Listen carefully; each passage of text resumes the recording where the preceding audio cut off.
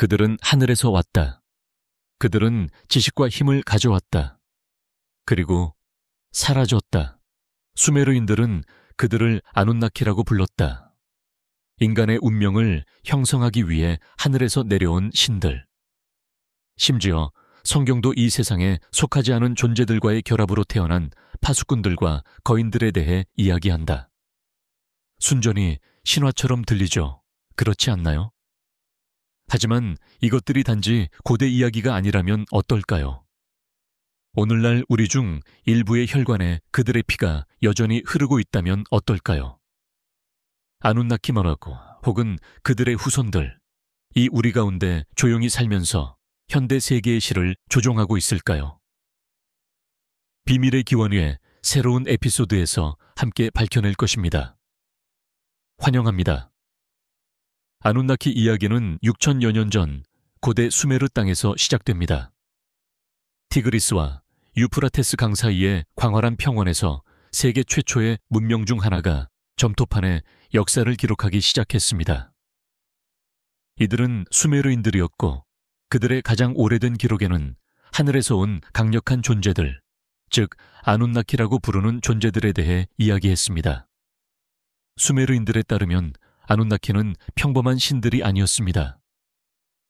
그들은 두 가지 근본적인 힘에서 시작된 광대한 우주적 가족의 일원이었습니다. 하늘의 신 안, 엔과 땅의 여신 히케아이. 그들의 결합으로 하늘에 살면서도 지구로 여행한 많은 자녀, 즉 신성한 존재들이 태어났습니다. 이 천상의 방문자들은 아눈나키로 알려지게 되었는데 이는 안에서 온 자들 또는 단순히 하늘에서 온 자들을 의미하는 이름입니다. 수메르인들은 아눈나키를 현명하고 강력하다고 묘사했습니다. 그들은 비, 바람, 작물, 통치를 지배했다고 전해집니다. 각 신은 특정한 역할을 가졌습니다. 엔닐은 공기를 다스리고 신성한 법을 집행했습니다. 그의 형제 엔키는 지혜와 기술을 인도했고 물과 창조에 깊은 연관이 있었습니다. 일부 이야기는 엔키가 강과 운하를 만들어 인간이 뜨거운 메소포타미아 기후에서 살아남도록 도왔다고 묘사했습니다. 아눈나키는 에리두, 우루크, 니푸르와 같은 위대한 도시들을 건설했다고 전해집니다. 이 도시들은 신과 사람들이 나란히 살았던 곳이었습니다. 지구라투라고 불리는 사원들이 평원 위로 솟아올라 하늘과 땅을 잇는 다리 역할을 했습니다. 점토판들은 종종 신들이 인간에게 부여한 강력한 법과 기술에 대해 이야기했습니다. 여기에는 글쓰기 도구, 건축, 수학, 의학이 포함되었습니다. 이야기에 따르면 아눈나키는 인간이 건전한 사회를 건설하도록 돕기 위해 이러한 선물들을 제공했습니다. 하지만 이것은 아눈나키에 대해 말해진 것의 시작에 불과합니다. 이 점토판들이 기록된 수천 년 후 새로운 이론이 아눈나키를 현대의 논의로 끌어들였습니다. 1970년대에 자카리아 시친이라는 작가가 이 고대 이야기들에 대한 다른 해석을 제시하는 일련의 책들을 출판했습니다. 그는 동일한 쐐기문자 텍스트를 주의 깊게 연구했지만 신화로 읽는 대신 역사적이고 과학적인 기록으로 해석했습니다. 시친에 따르면 아눈나키는 영적인 신이 아니라 다른 세계에서 온지적인 존재였습니다. 그는 그들이 우리 태양 주위를 긴 궤도로 도는 니비루라는 먼 행성에서 왔다고 믿었습니다. 시친은 이 행성이 1600년에 한 번만 지구 근처를 지나간다고 주장했습니다. 시친의 이론은 아눈나키가 현대 인류가 존재하기 훨씬 전 아주 먼 과거에 지구에 도착했다고 주장합니다. 그들의 목적은 간단했습니다. 지구의 천연 자원, 특히 그들의 행성 대기를 위해 필요했던 금을 채굴하는 것이었습니다. 그들은 메소포타미아 남부 지역에 착륙하여 그들의 발전된 도구와 지식을 사용하여 광물을 채굴하기 시작했습니다. 하지만 그들에게도 작업은 어려웠습니다. 그래서 아눈나키는 육체 노동을 할 수 있을 뿐만 아니라 지시를 따르고 지구에서 살 수 있는 새로운 일꾼, 즉 존재를 만들기로 결정했습니다. 시친의 수메르 텍스트 해석에 따르면 아누나키는 이미 지구에 살고 있던 토착 종족, 즉 초기 인류의 한 종류를 선택했습니다. 그리고 유전자 공학 과정을 사용하여 그들 자신의 DNA를 이 초기 존재들의 DNA와 결합시켰고, 이는 최초의 현대 인류의 출현으로 이어졌습니다. 수메르 이야기에서 여신 니누르사그는 엔키와 함께 창조의 집이라고 불리는 특별한 장소에서 일했습니다. 그곳에서 그들은 점토로 형상을 만들어 새로운 존재를 만들었는데, 시친은 이 점토라는 단어가 생물학적 물질을 상징한다고 믿었습니다. 텍스트들은 여러 번의 실험과 실패한 초기 버전들에 대해 이야기했으며 마침내 마지막 시제품이 성공했습니다. 그것은 말하고 이해하고 번식할 수 있었습니다. 아누나키는 그것을 아다무라고 명명했는데, 이 이름은 이후의 성경 텍스트에 나오는 아담이라는 단어와 매우 흡사합니다. 시간이 흐르면서 더 많은 인간이 창조되었습니다. 그들은 광산과 밭에서 일하도록 보내졌는데, 특히 시친이 압주라고 불렀던 지역에서 이는 아프리카 어딘가에 위치했을 것으로 추정됩니다. 세대가 흐르면서 인간은 퍼져나가 창조자들의 방식을 배웠습니다. 농업, 건축, 달력, 글쓰기에 대한 지식은 인간의 발명에서 온 것이 아니라 아누나키의 지시에서 비롯되었습니다. 하지만 일부는 아누나키가 지식 이상을 주었다고 말합니다. 그들은 피를 주었습니다. 만약 자카리아 시친이 옳았다면 우리는 모두 어떤 면에서 아누나키의 자녀들입니다. 아누나키가 현대 인류를 창조했다는 생각은 충분히 신비롭지만, 일부 고대 자료들은 어떤 사람들이 신들에 의해 창조되었을 뿐만 아니라 그들로부터 태어났다고 암시합니다. 수천 년 전 고대 도시 우르크에서는 강력한 왕 길가메시가 땅을 다스렸습니다. 그의 이야기는 인류 역사상 현존하는 가장 오래된 문학 작품으로 여겨지는 길가메시 서사시에 담겨 있습니다. 길가메시는 평범한 왕이 아니었습니다. 고대 수메르 점토파는 그를 3분의 2는 신성하고 3분의 1은 인간적이라고 묘사했습니다. 텍스트에 따르면 그는 필멸의 인간과 닌순이라는 여신의 아들이었습니다.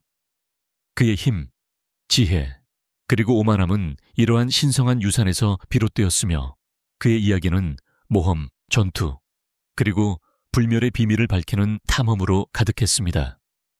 길가메시만이 이런 식으로 묘사된 유일한 인물은 아니었습니다. 고대 세계의 많은 통치자들은 은유적으로가 아니라 문자 그대로 신들로부터 내려왔다고 전해졌습니다. 수메르 텍스트에서 일부 왕들은 하늘의 신 안의 아들들이라고 불렸습니다. 다른 이들은 땅을 다스린 강력한 신 엔릴이 선택한 자들로 묘사되었습니다.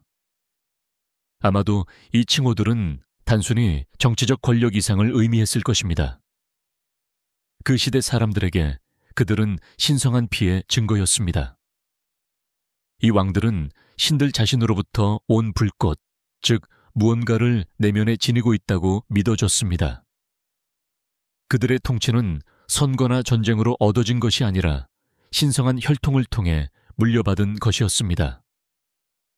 이 생각은 수메르에 국한되지 않았습니다. 이집트에서는 파라오들이 태양신 라의 후손이라고 주장했습니다. 일본에서는 천황들이 아마테라스 여신에게서 혈통을 거슬러 올라갔습니다.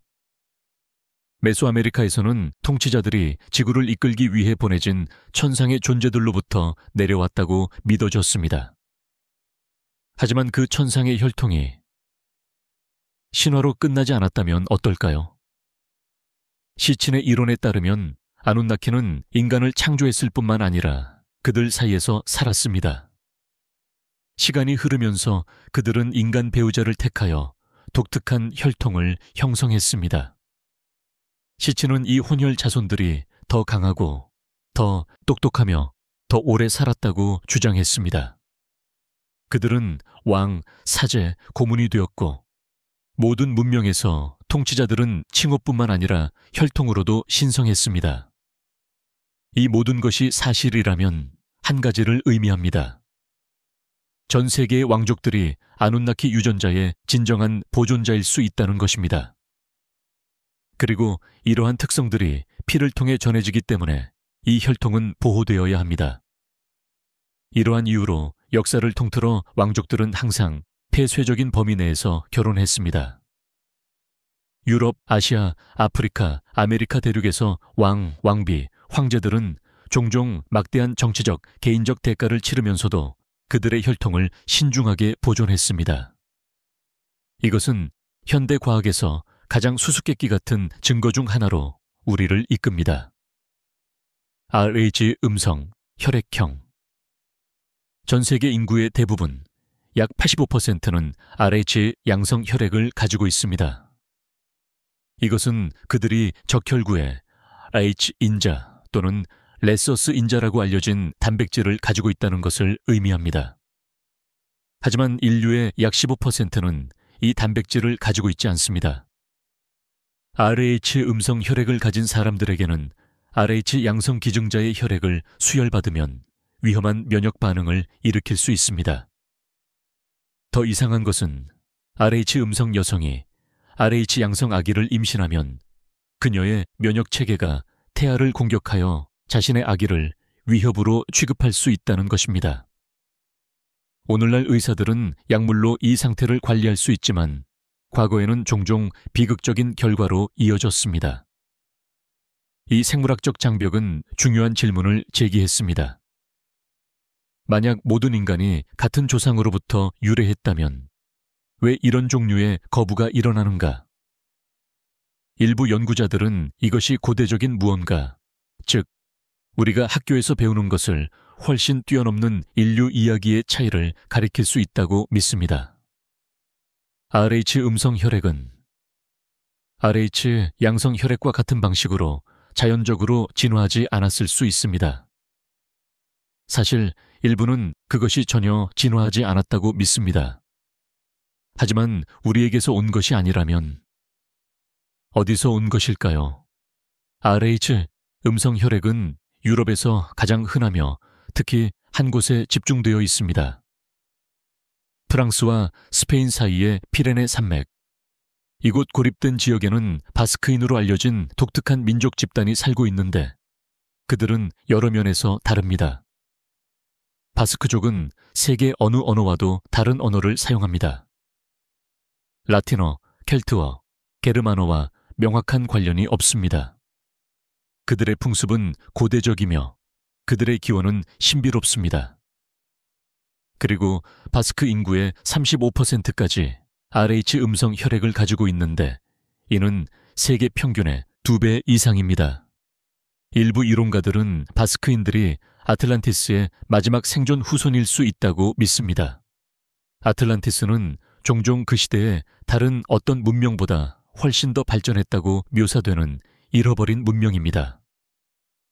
이 생각에 따르면 아틀란티스의 생존자들은 발전된 지식뿐만 아니라 독특한 유전적 유산도 가지고 있었습니다.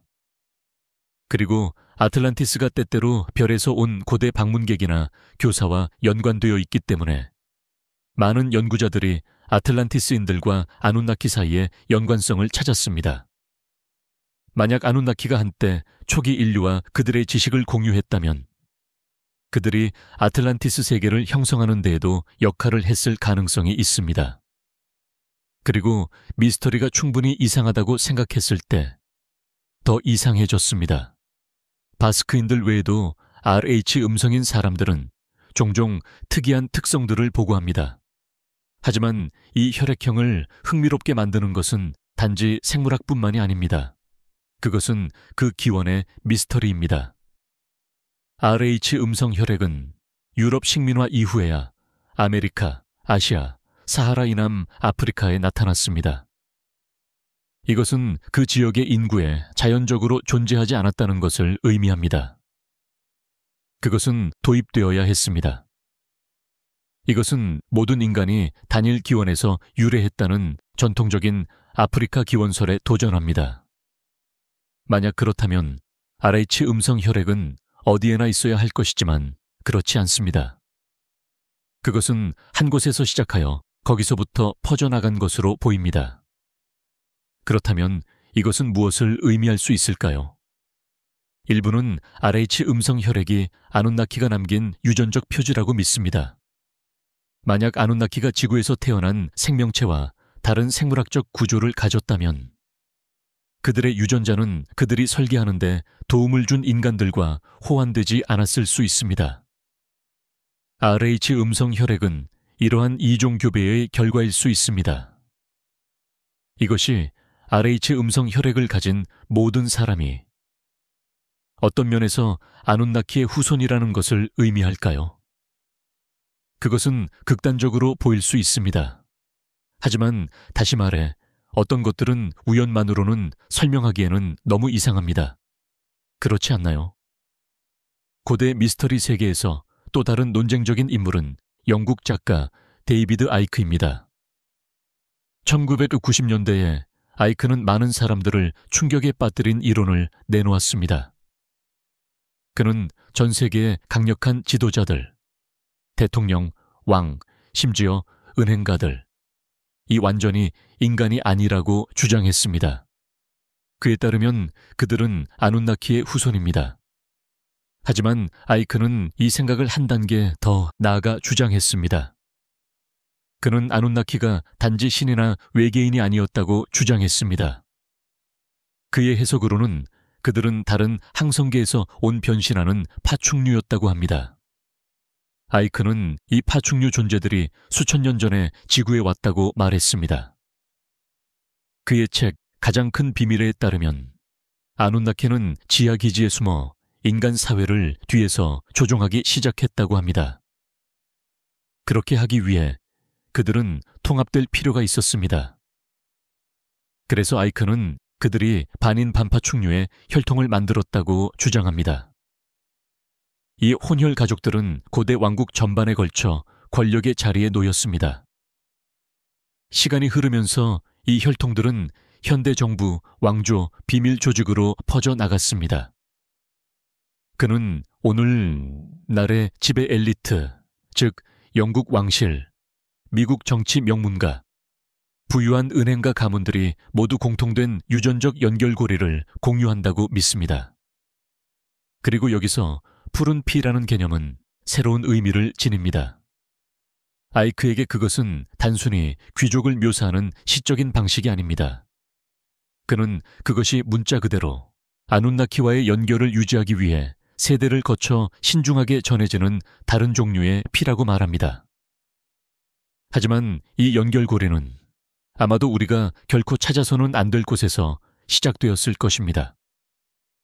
아이크에 따르면 이 혈통은 아누나키가 알파 드라코니스라는 항성계에서 도착했던 기록된 역사 이전의 시대로 거슬러 올라갑니다. 그는 그들이 지구의 중심지를 세웠는데 아마도 수메르 점토판이 에딘, 즉 의로운 자들의 거처라고 불렀던 바로 그곳일 것이라고 말합니다. 이 장소는 나중에 에덴 동산으로 알려지게 되었습니다. 그곳에서 아누나키는 인간과 섞이기 시작했는데 단순히 생명을 창조하기 위해서가 아니라 그것을 지배하기 위해서였습니다. 아이크의 이론은 특정 가문들이 왜 그렇게 오랫동안 권력을 유지했는지를 설명합니다. 그는 그들이 우연히 또는 국민의 의지에 의해 선택된 것이 아니라 혈통에 의해 선택되었다고 믿습니다. 그는 이 시스템을 고대의 지식과 발전된 기술을 사용하여 조용히 작동하는 글로벌 통제 네트워크라고 부릅니다. 그는 또한 이 존재들이 여전히 현대 사건들에 영향을 미친다고 믿습니다. 아이크는 전쟁, 금융위기, 심지어 팬데믹조차도 숨겨진 혈통이 통제를 유지하는 동안 인류를 분열시키고 혼란스럽게 만들려는 장기 계획의 일부라고 주장합니다. 하지만 그는 거기서 멈추지 않았습니다. 그가 다음에 말한 것은 믿기 더욱 어려웠습니다. 그에 따르면 파충류 후손들은 종종 인간의 모습으로 나타납니다. 하지만 특정 상황에서는 그들의 모습을 바꿀 수 있습니다. 일부 사람들은 생방송 중에 공인들의 눈이나 피부에서 이상한 변화를 목격했다고 주장했습니다. 이 아이디어는 공상과학처럼 보일 수 있으며 많은 전문가들은 아이크의 견해를 기괴하거나 위험하다고 비판했습니다. 하지만 거센 반발에도 불구하고 그의 이론은 전 세계적인 추종을 얻었습니다. 오늘날 40개국 이상에서 사람들이 그의 강연에 참석하고 그의 책을 읽습니다. 그를 믿는 사람들에게는 모든 곳에 징후가 있습니다. 특정 가문들의 권력이 집중되어 있고 엘리트 집단들의 비밀스러운 행태, 그리고 고대 상징들의 빈번한 사용. 그들은 고대 수메르부터 이집트, 중세 유럽을 거쳐 오늘날의 이사회와 의회에 이르기까지 동일한 혈통이 지배해왔다고 말합니다. 이 이론의 핵심에는 눈에 띄는 한 가지 아이디어가 있습니다. 즉, 일부 인간은 지금까지도 완전히 인간이 아닐 수도 있다는 것입니다. 하지만 이 고대 존재들은 왜 자신들의 후손이 권력을 잡기를 바랄까요? 아이크는 그 해답이 통제라고 믿습니다. 그는 아누나키가 자원뿐만 아니라 인간의 두려움과 갈등을 먹고 산다고 말합니다. 전쟁, 가난, 정치적 혼란으로 인간을 분열시켜 영향력과 에너지를 유지합니다. 그리고 자신들의 혈통을 최고 권력 자리에 앉힘으로써 그들의 목표가 대대로 이어지도록 보장합니다. 더욱 불안한 점은 아누나키와 유사한 이야기가 성경 자체에도 나타난다는 것입니다. 하지만 그들이 정말 같은 존재에 대해 쓰고 있었던 것이고 단지 다른 이름으로만 불렀던 것이라면 어떨까요? 성경에서 가장 오래되고 모호한 구절 중 하나에 따르면 옛날에는 지구의 낯선 존재들이 걸어 다녔습니다. 창세기 6장 4절에는 다음과 같이 기록되어 있습니다. 그 당시의 땅에는 거인들이 있었고 그 후에도 하나님의 아들들이 사람의 딸들에게 들어가 그들에게 자식들을 낳아 주었더라. 이 거인들은 네피림으로 알려져 있습니다. 많은 연구자들은 이들이 단순히 몸집이 큰 사람들이 아니라 잡종이었다고 믿습니다. 이 이론에 따르면 하나님의 아들들은 평범한 사람들이 아니었습니다. 그들은 하늘에서 온 강력한 존재들이었습니다. 일부는 이들이 메소포타미아 문헌에서 아누나키로 알려진 존재들, 즉 지구로 내려온 고도로 진보된 존재들이나 타락한 천사들과 동일하다고 믿습니다. 이러한 관점에서 고대 수메르의 아누나키와 성경의 타락한 천사는 동일합니다. 둘 다 하늘에서 온 존재들로 묘사되며 진보된 지식을 공유하고 금지된 선을 넘어 인간 여성과 교미했습니다. 그들의 자녀는 네피림으로 일반 사람들보다 키가 크고 강하며 폭력적이었다고 전해지는 혈통이었습니다. 네피림은 고대 세계 전역에서 두려움의 대상이 되었습니다. 일부는 그들의 존재가 대홍수의 한 원인이었다고 믿습니다. 노아의 이야기에서 하나님은 땅이 부패와 폭력으로 가득 찬 것을 보시고 거의 모든 생명을 멸하시기로 결정하십니다. 성경은 네피림이 홍수에서 파괴되었다고 암시하지만 이것이 완전한 이야기가 아닐 수도 있습니다. 성경의 후대 책들에서 노아 시대 이후 이상한 집단들이 다시 나타나기 시작했습니다. 평범한 사람들보다 키가 더 크고 강하며 더 무시무시한 사람들이었습니다. 그들 중 첫 번째는 아낙 자손이었습니다. 이스라엘의 정탐꾼들이 가나안 땅에 들어갔을 때 민수기에서 이 거인들에 대해 묘사되었습니다. 정탐꾼들은 경고와 함께 돌아왔습니다. 우리는 거기서 거인들, 곧 거인들의 후손인 아낙 자손들을 보았는데 우리의 눈에는 우리가 메뚜기 같았더라. 아낙 자손들은 네피림의 직계 후손으로 여겨졌습니다. 그들은 언덕 높은 곳에 요새화된 도시에서 살았습니다. 일부 문헌에서는 심지어 홍수 이후에 잡종이었을 수도 있는 수수께끼의 인물, 아낙의 아들들로 묘사되기도 합니다. 성경에 언급된 또 다른 집단은 르바임입니다. 그들 또한 거인이었고 같은 지역에 살았습니다. 그들의 일부 도시는 돌침대와 거대한 거주지를 가지고 있었다고 묘사됩니다. 다른 이름들도 나타납니다. 에미민, 수시민, 삼순민인데 모두 한때 가나안 주변 지역에 살았던 강하고 몸집이 큰 사람들이었다고 전해집니다. 시간이 지나면서 이 거인 부족들 중 다수는 이스라엘 백성들에 의해 쫓겨나거나 패배했습니다. 일부는 해안의 블레셋 도시들로 도망쳤고 나중에 역사상 가장 유명한 거인 중 한 명이 나타날 것입니다. 성경에 알려진 마지막 거인 중 한 명은 골리앗이었습니다. 사무엘상에는 그가 가드 출신의 전사로 묘사됩니다. 그의 키는 9피트가 넘었고 대부분의 남자가 들기에는 너무 무거운 갑옷을 입고 있었습니다.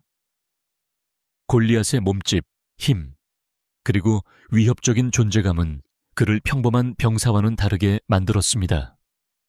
많은 사람들은 그가 아낙 자손의 직계 후손, 즉 네피림 혈통의 마지막 살아있는 기억 중 하나였다고 믿습니다.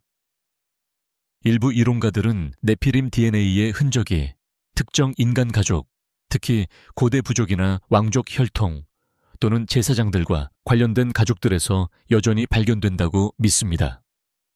이들은 거인이 아닐 수도 있지만 그들의 유전자에는 비범한 무언가, 즉 힘, 지능, 심지어 다른 종류의 피를 가지고 있을 수도 있습니다. 그렇다면 아누나키의 후손들이 오늘날 우리 가운데 있을까요? 사실 우리는 오늘날의 왕족들이 아누나키의 피를 가지고 있는지 또는 세계 지도자들이 별에서 온 변신하는 파충류의 푸른 피를 정말 가지고 있는지 결코 확실히 알 수 없을 것입니다. 그러나 한 가지는 분명합니다. 한때 이 땅에는 완전히 인간이 아닌 무언가가 걸어 다녔다는 것입니다. 현대시대에는 고대 이야기를 반영하는 듯한 이야기들이 나타났습니다. 기이한 특징과 불가능한 힘을 가진 거인들의 이야기들이고 거짓말할 이유가 없는 사람들이 목격한 이야기들입니다. 예를 들어 칸다하르 거인을 보십시오. 2002년 아프가니스탄의 외딴 산맥에서 군사 임무를 수행하던 중 한 무리의 미군 병사들이 이상한 동굴을 발견했습니다. 그들이 안에서 발견한 것은 어떤 공식 보고서에도 나타나지 않았습니다. 전직 군인들과의 인터뷰에 따르면 그림자 속에서 거대한 인간형 생명체가 나타났는데 키가 최소 12피트였고 불타는 붉은 머리카락, 창백한 피부, 각 손에 6개의 손가락, 그리고 전화 기둥만한 크기의 무기를 가지고 있었습니다. 그 생명체는 믿을 수 없는 속도로 공격하여 즉시 한 병사를 죽였습니다. 나머지 병사들은 가지고 있던 모든 것을 사용하여 총을 쏘았습니다. 긴 전투 끝에 거인은 마침내 쓰러졌습니다. 그러나 누구도 그것을 기록하기 전에 헬리콥터가 도착하여 시신을 싣고 날아갔습니다. 다시는 보이지 않았습니다. 군대는 침묵을 지켰지만 병사들은 결코 잊지 못했습니다. 그리고 네바다에 러브록 동굴이 있습니다. 1921년 박쥐 배설물을 찾던 광부들은 더 충격적인 것을 발견했습니다. 8에서 10피트 길이의 붉은 머리 거인들의 보존된 유해였습니다. 고고학자들은 15인치 이상의 샌들과 우리 손보다 훨씬 큰 손을 위해 만들어진 도구들을 발굴했습니다. 파유테와 같은 지역 원주민 부족들은 한때 그 지역을 배회했던 폭력적인 붉은 머리 거인 혈통인 시테카에 대한 이야기를 오랫동안 전해왔습니다. 주류 과학은 붉은 머리를 시간과 온도의 속임수로 설명하려고 시도했지만 유사한 전설은 아메리카 대륙 전역에 존재합니다. 그리고 이 모든 현대 이론들은 고대 수메르, 창세기, 그리고 전 세계 사원벽에 쓰여진 내용을 반영합니다. 따라서 아마도 질문은 아누나키의 후손들이 우리 가운데 걸어 다니고 있는가 하는 것이 아닐 것입니다. 아마도 진짜 질문은 이것일 것입니다. 그들이 정말 떠났는가? 이것이 여러분의 호기심을 자극했다면 여기서 멈추지 마십시오. 키 큰 백인들에 대한 저희 비디오를 시청하십시오. 일부는 지금도 우리 가운데 조용히 살고 있다고 말하는 외계인들입니다. 또는 얼음벽의 수호자들을 더 깊이 탐구하고 왜 많은 사람들이 남극의 얼음벽 뒤에서 무언가가 우리를 지켜보고 있다고 믿는지 알아보십시오. 이것이 마음에 드셨다면 좋아요 버튼을 누르고 구독하십시오. 마음을 열어두세요. 다음 만날 때까지